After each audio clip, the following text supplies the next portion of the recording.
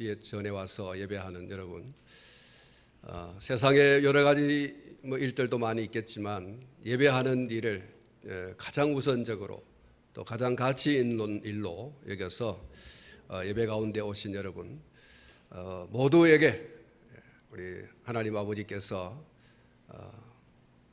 놀라운 은혜와 또 사랑으로 평강으로 충만하게 하시기를 주님의 이름으로 축복합니다. 오늘 이 오후 시간에는 지난 주일 오후에 팔랑귀라는 제목으로 말씀을 전하려고 했는데 전하지 못한 그 부분을 이제 말씀을 좀 드리려고 합니다. 팔랑귀, 지난 시간에 말씀을 드린 것처럼 줏대가 없어 다른 사람이 하는 말에 잘 흔들리는 성질이나 사람을 비유적으로 이르는 말이다, 그렇게 말씀을 드렸습니다. 흔히 이 팔랑귀를 가진 사람을 귀가 얇다 이렇게 이야기를 하죠. 그런데 이 팔랑귀라는 말, 또 귀가 얇다, 이 말은 좋은 의미로 쓰는 말이 아닙니다. 팔랑귀를 가진 사람, 귀가 얇은 사람은 자기 주관이 뚜렷하지 않아서 이 사람이 이렇다라고 하면 그런가 보다 하고 또 따라가고, 저 사람이 또 저렇다 그러면 또 그 이야기에 귀를 열고 따라가는 그런 사람이죠. 그래서 이런 팔랑귀를 가진 사람, 귀가 얇은 사람은 손해를 많이 봅니다. 그리고 지난 시간에 말씀을 드린 것처럼 가족들이 아주 불안해합니다. 오늘은 또 밖에 나가서 무슨 이야기를 듣고 돌아와서 또 무슨 큰일을 낼까, 그런 거죠.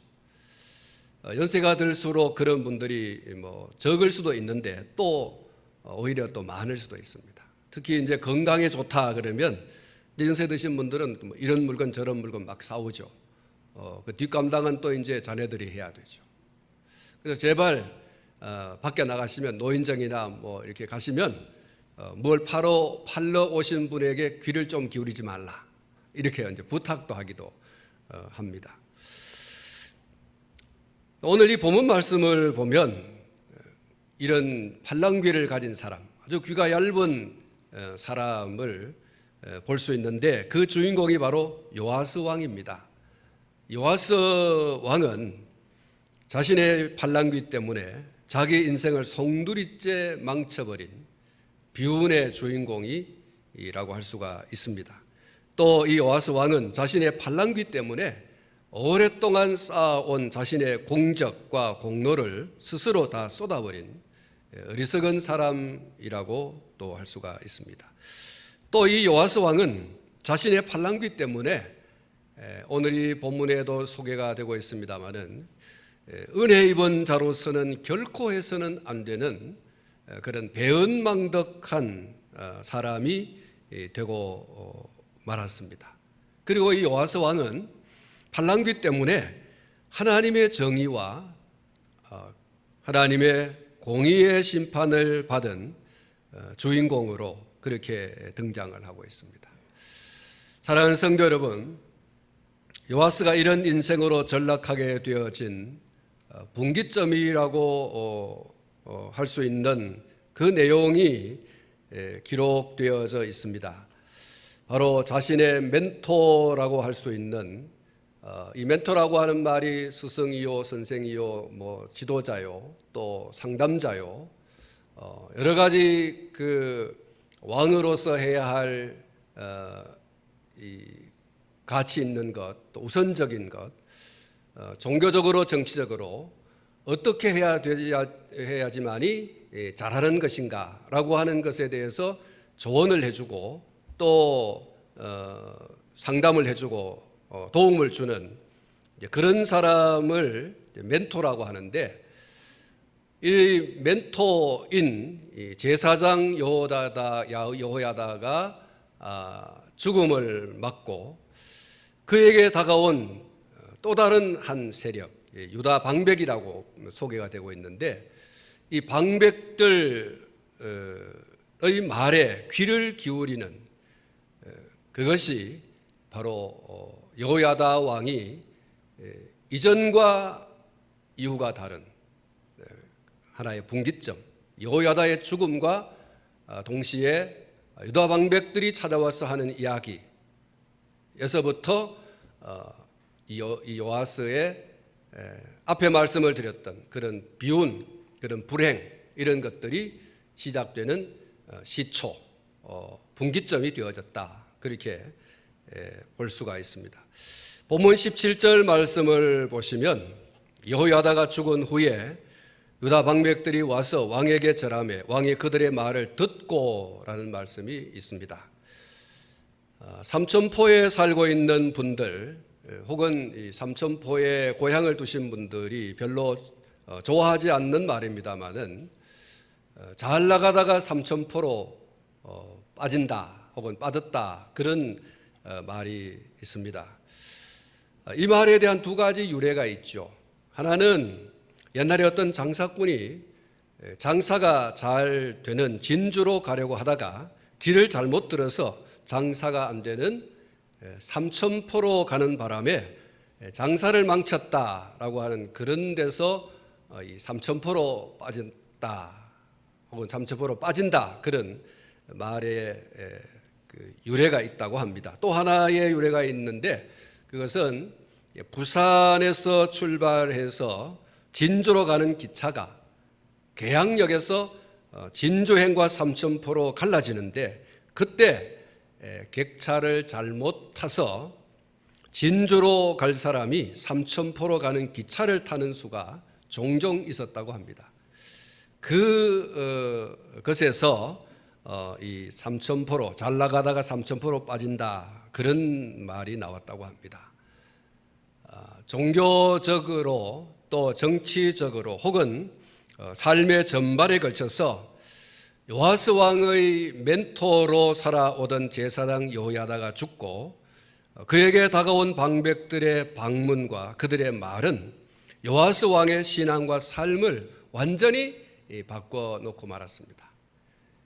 이것을 한마디로 말하면 잘 나가다가 삼천포로 빠지는 그런 모습이라고 할 수가 있습니다. 지난 주일에 말씀을 드렸습니다마는 이 요아스는 제사장 여호야다가 살아있는 동안에는 여호야다가 가르쳐 주는 대로 다윗의 길로 흐트러짐 없이 그렇게 걸어갔습니다. 그가 제사장 여호야다의 진도 지휘 아래 해낸 가장 으뜸되는 일이 있었습니다. 그것은 아달랴가 허물어버린, 아달랴가 다 어지럽혀 놓은 성전을 말끔하게 그렇게 수리한 것이고, 또 두 번째는 그 수리된 성전 안에서 하나님께 올려드리는 제사, 번제가 항상 드려지는 그러한 예배의 회복, 제사의 회복, 이것이 여호야다로 말미암아서 해낸 가장 으뜸된 일이다, 이렇게 할 수가 있는 것입니다. 그런데 이러한 그의 신앙과 삶이 지금까지와는 전혀 다른 모습으로 탈바꿈하게 되어지는데, 그것이 말씀을 드린 대로 여호야다가 죽고 그리고 방백들을 만나면서부터 라고 말씀을 하고 있습니다. 이 방백들이 누구냐에 대해서 호그마 주석을 보면 이렇게 주석을 하고 있습니다. 이들은 그동안 여호야다로 인해서 그들의 정치적 목적을 실현할 수 없었던 파당이었을 것이다. 그들은 아달랴 생존 시 바알을 숭배하던 자로서 바알 숭배를 회복하려던 자들이었을 것이다, 이렇게 주석을 하고 있습니다. 이것이 뒷받침되는 18절 말씀을 보면 충분히 동감이 가는 그런 해석이라고 할 수가 있습니다. 18절 말씀을 보시면 그의 조상들의 하나님 여호와의 전을 버리고 아세라 목상과 우상을 섬겼으므로 그 죄로 말미암아 진노가 유다와 예루살렘에 임하니라. 이 유다 방백들을 만나면서부터 여호와스가 달라졌는데 어떻게 달라졌느냐? 하나님께 올려드리는 그 제사를 폐하고 뒤로 하고 이렇게 바알 숭배하고 아세라를 숭배하고 주상을 세우는 이런 우상 숭배의 형태로 여호와스가 달라졌다라는 것이죠. 여기 아세라 목상과 우상을 섬겼다라고 18절에 말씀을 하고 있는데, 아세라는 바알의 모신, 엄마신으로 그렇게 알려져 있습니다. 바알의 신상이 세워져 있는 곳에 반드시 이 나무로 깎아진 이 아세라 신상도 똑같이 그렇게 세워져 있었다고 합니다. 결국 여호야다가 죽은 후에 숨죽여 살아가던 지난날 아달랴가 살아있을 때 우상 숭배의 죄 가운데 익숙해 있었던 방백들이 여호와스를 찾아와서 온갖 감언 이설로 다시금 아달랴 시대로 시계를 돌려 넣으려고 했고, 여호와스는 그 말이 맞다고 해서 그들의 말대로 성전 제사를 버리고 하나님께 올려드리는 예배를 버리고 우상을 숭배하는 대로 그렇게 마음을 바꾼 것이죠. 여호와스는 이 방백들의 말에 그야말로 딸랑딸랑 그의 귀를 활짝 열고 그렇게 그대로 따라가게 됩니다. 그들은 여호와스로 하여금 바알과 아세라를 함께 숭배하도록 요구를 했고, 각종 주상들도 곳곳에 세우도록 요구를 했습니다. 특별히 이 방백들이 이렇게 하도록 지렛대로 삼은 것이 있는데, 그것이 국제정세라고 하는 것입니다. 우리 유다 이스라엘이 다른 나라들과 서로 이렇게 교통을 하려고 하면 바알과 아세라를 숭배해야 된다. 그래야 이 국제정세에서 밀려나지 않는다. 이런 것을 말했다는 것이죠. 여호와스가 그 이야기를 듣고 그렇냐? 다른 나라들과 서로 소통을 하려고 하면 바알을 숭배하고 아세라를 숭배해야지만 말이 통하게 되고 또 정치라고 하는 것이 이렇게 이루어지게 되고 또 경제적으로 어려움을 겪지 않는 그런 것이구나 라고 인정을 하고 그렇게 따라갔을 수도 있다라고 하는 것입니다. 그리고 그 밖에도 이 방백들은 바알 신상과 아세라 신상을 세워놓은 신전에서 벌이는 남녀가 뒤섞인 가운데 이루어지는 난잡한 성적 행위들을 그리워했을 수도 있다라고 하는 해석이 있습니다. 역대하 14장 3절에 보면 이런 호크마 주석의 해석이 있습니다. 역대하서 14장 3절을 두고, 아세라상은 대개 나무로 만들어져 있었는데 고대 근동의 여러 족속 중에 아모리족과 가나안족이 숭배하였다. 한편 이 아세라 숭배에는 항상 음란한 제의가 수반되었는 바 많은 사람을 타락해 하였던 것으로 알려져 있다. 이렇게 해석을 하고 있습니다. 다시 말하면 이 아세라를 숭배하는 사람들이 아세라에게 제사를 드리고 난 다음에 그 다음에 거기에 모여있는 남녀들이 서로 음란한 그런 성적 행위를 하게 되었다는 것이죠. 그것이 반드시 수반되어졌다, 그렇게 이야기를 하고 있습니다. 바알에 대해서 좀 말씀을 드리면, 이 바알은 당시 모압과 아모리인들이 섬기던 남성신으로 태양을 상징했습니다. 그리고 모압은 여러 우상을 섬겼는데 그 중에 주신으로 가장 으뜸되는 신으로 이 바알을 섬겼습니다. 이 바알이 주인이라고 하는 뜻을 가지고 있습니다. 주로 생산과 다산을 주관하는 신으로 그렇게 믿었습니다. 그래서 이 바알 숭배와 관련해서 풍성한 생산을 기원하는 뜻으로 이 바알에게 제사를 드리고 난 다음에 난잡한 혼응, 영어로 말하면 그룹 섹스가 이루어진 것입니다. 그 신상 앞에서 바알에게 제사를 드리고 아세라 신에게 제사를 드리고 거기 모여 있는 그 사람들이 그런 음탕한 난잡한 성적 행위를 하게 되어졌다는 것입니다. 특별히 바알 숭배자와 바알 신전의 여인들과 서로 뒤섞여서 그런 음행을 저지르게 한 것이 이 바알 제사의 절정 혹은 아세라 숭배하는 것의 절정이라고 할 수가 있고, 이것은 그들의 의무였습니다. 제사를 드리는 사람들이 그 성전에서 섬기는 여인들과 더불어서 그런 이 음탕한 행위를 하는 것이 제사를 드리는 사람에게 있어서 해도 되고 안 해도 되는 것이 아니고 당연히 해야 되는 의무로 그렇게 행해졌다는 것입니다.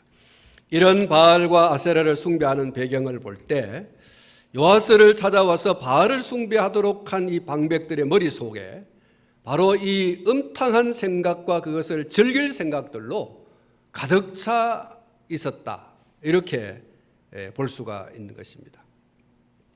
그런데 문제는 요아스 왕이 그것을 수락했다는 거예요. 이런 바알 숭배, 아세라를 숭배하는 사람들이 이런 난잡한 행위를 꿈꾸고 다시 한 번 더 그 더러운 행위를 꽃피우는 그런 일을 한번 해보자고 하는 그런 속셈이 있는데, 요아스는 그 이야기를 그대로 수락을 하는 거죠. 우리가 바알을 숭배하고 아세라를 숭배해야지만 이 다른 나라들과 교역이 이루어진다. 그리고 그들의 속에 있는, 숨겨져 있는 바알 숭배, 우상 숭배의 그 난잡한 행위에 대해서 제대로 갈파하지 못함으로써 요아스는 그런가 보다, 그래야 되는가 보다 하고서 그만 넘어진 것이죠. 여호야다를 통해서 귀에 딱지가 않도록 하나님만 섬기도록 가르침을 받고 또 가르침을 받았지만 한순간 이렇게 돌변을 해버렸습니다. 18절 말씀에 보면 그의 조상들의 하나님 여호와의 전을 버리고 그랬어요. 버리고 아세라 목상과 우상을 섬겼으므로 그 죄로 말미암아 진노가 유다와 예루살렘에 임했다라고 말씀했습니다. 여기 보시면 바알을 비롯한 아세라 목상과 다른 우상들을 숭배하는 행위에 대해서 명백하게 죄다라고 이렇게 적시를 하고 있어요. 그건 죄다. 그리고 따라온 말씀이 진노라고 했어요. 하나님의 진노. 하나님이 가장 싫어하시는 것이 바로 우상 숭배이고, 그 우상 숭배에 대해서는 하나님의 정의로운 심판이 따라온다라고 경고하고 있습니다. 우리가 잘 알고 있는 출애굽기 20장 3절부터 5절 상반절에 보면 너는 나 외에는 다른 신들을 내게 두지 말라. 너를 위하여 새긴 우상을 만들지 말고 또 하늘 위에 있는 것이나 아래로 땅에 있는 것이나 땅 아래 물속에 있는 것에 어떤 형상도 만들지 말며 그것들에게 절하지 말며 그것들을 섬기지 말라, 이렇게 말씀하고 있습니다.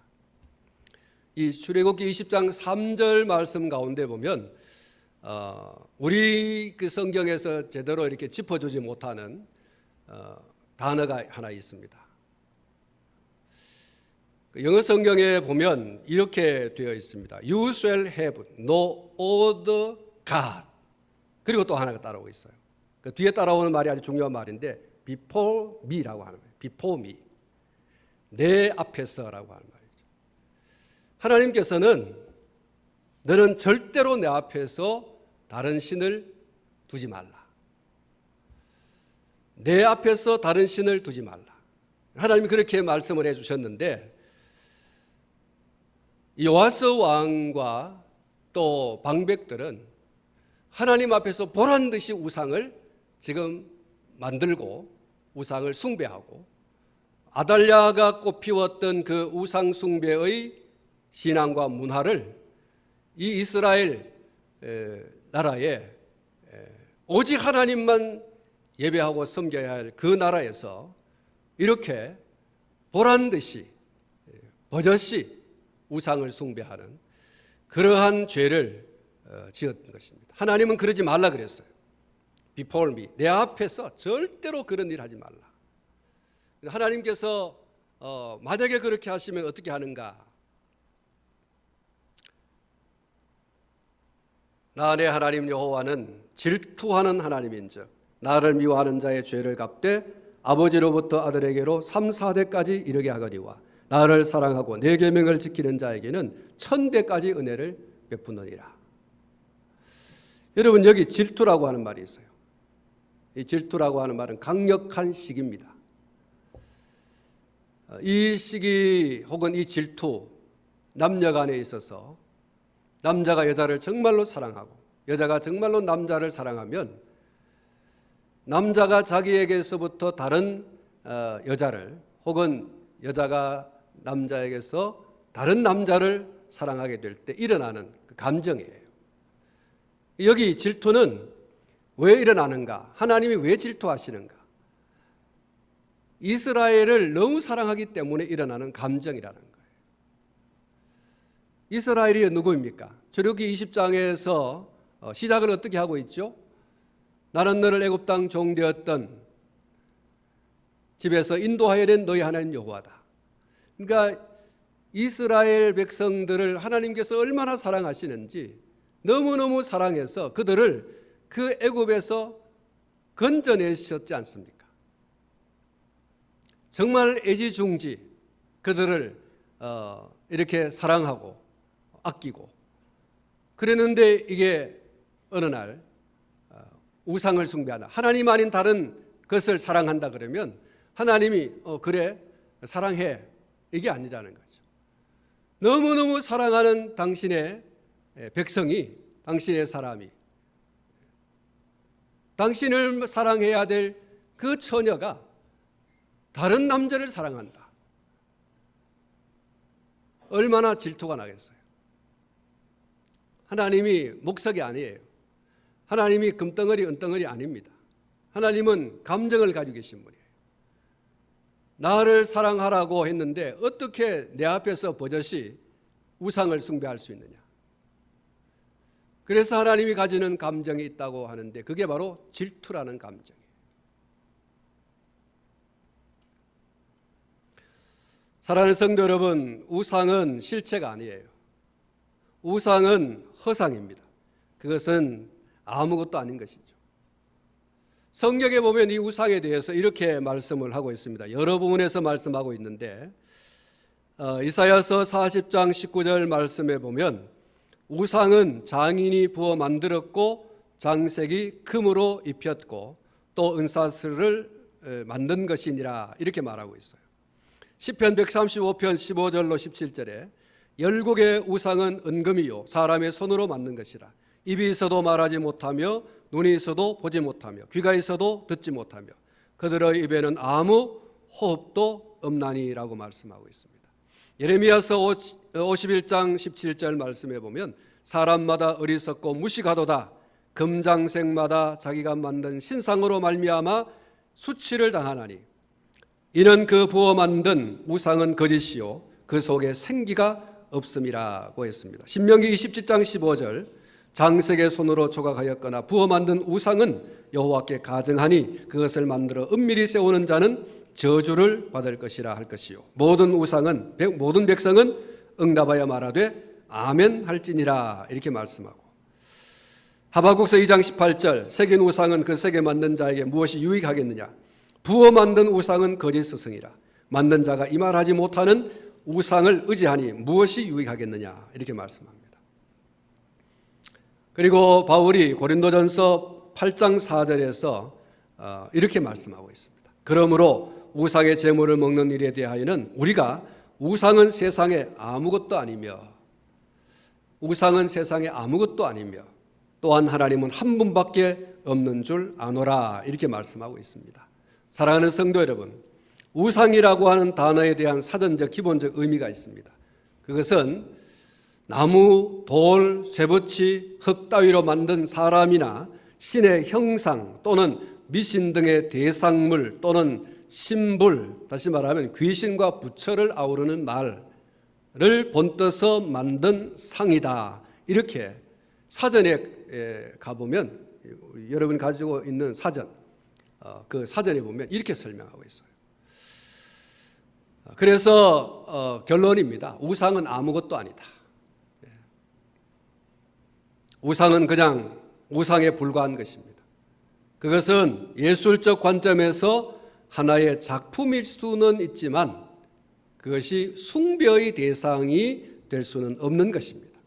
그것을 숭배한다라고 하는 것은 예레미야 선지자가 말한 것처럼 어리석고 무식한 것입니다. 사람이 숭배의 대상으로 삼아서 마음을 다하고 뜻을 다하고 힘을 다하여 숭배할 분은 오직 영원부터 영원까지 계시고 사람을 포함한 만물을 창조하신, 범죄한 인간을 구원하신 성삼위 하나님밖에 없는 줄로 믿습니다.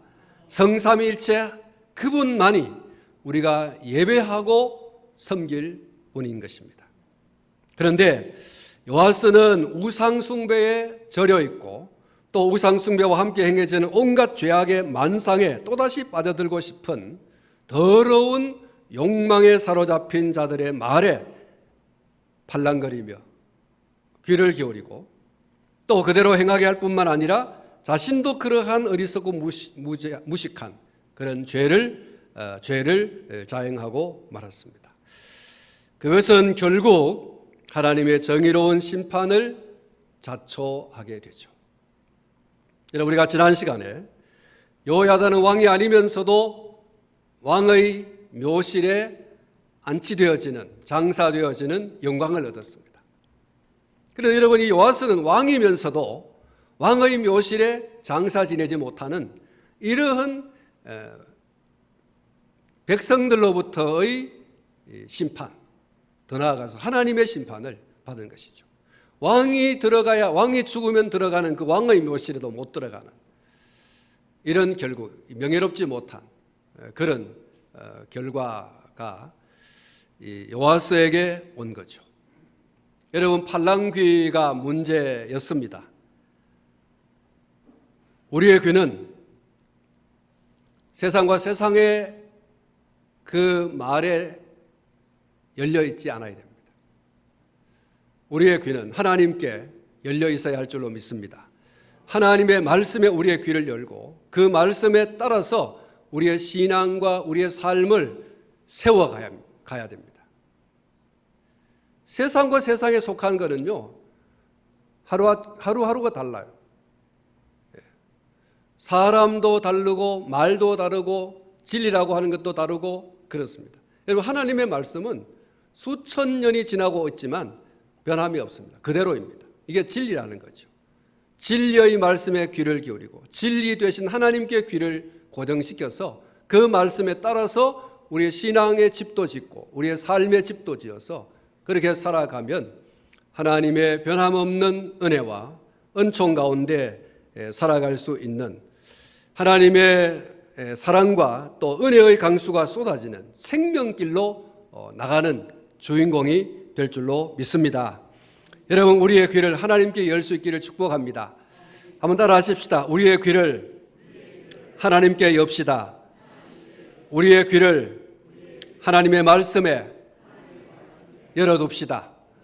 그렇습니다. 여러분, 매일매일 매 순간순간마다 진리 되신 하나님, 진리 되신 그 하나님으로부터 나온 하나님의 말씀에 귀를 기울여서 살아가면 여러분, 우리는 반드시 생명길로 하나님의 은혜와 은총의 자리에 서는 주인공이 될 수 있을 줄로 믿습니다.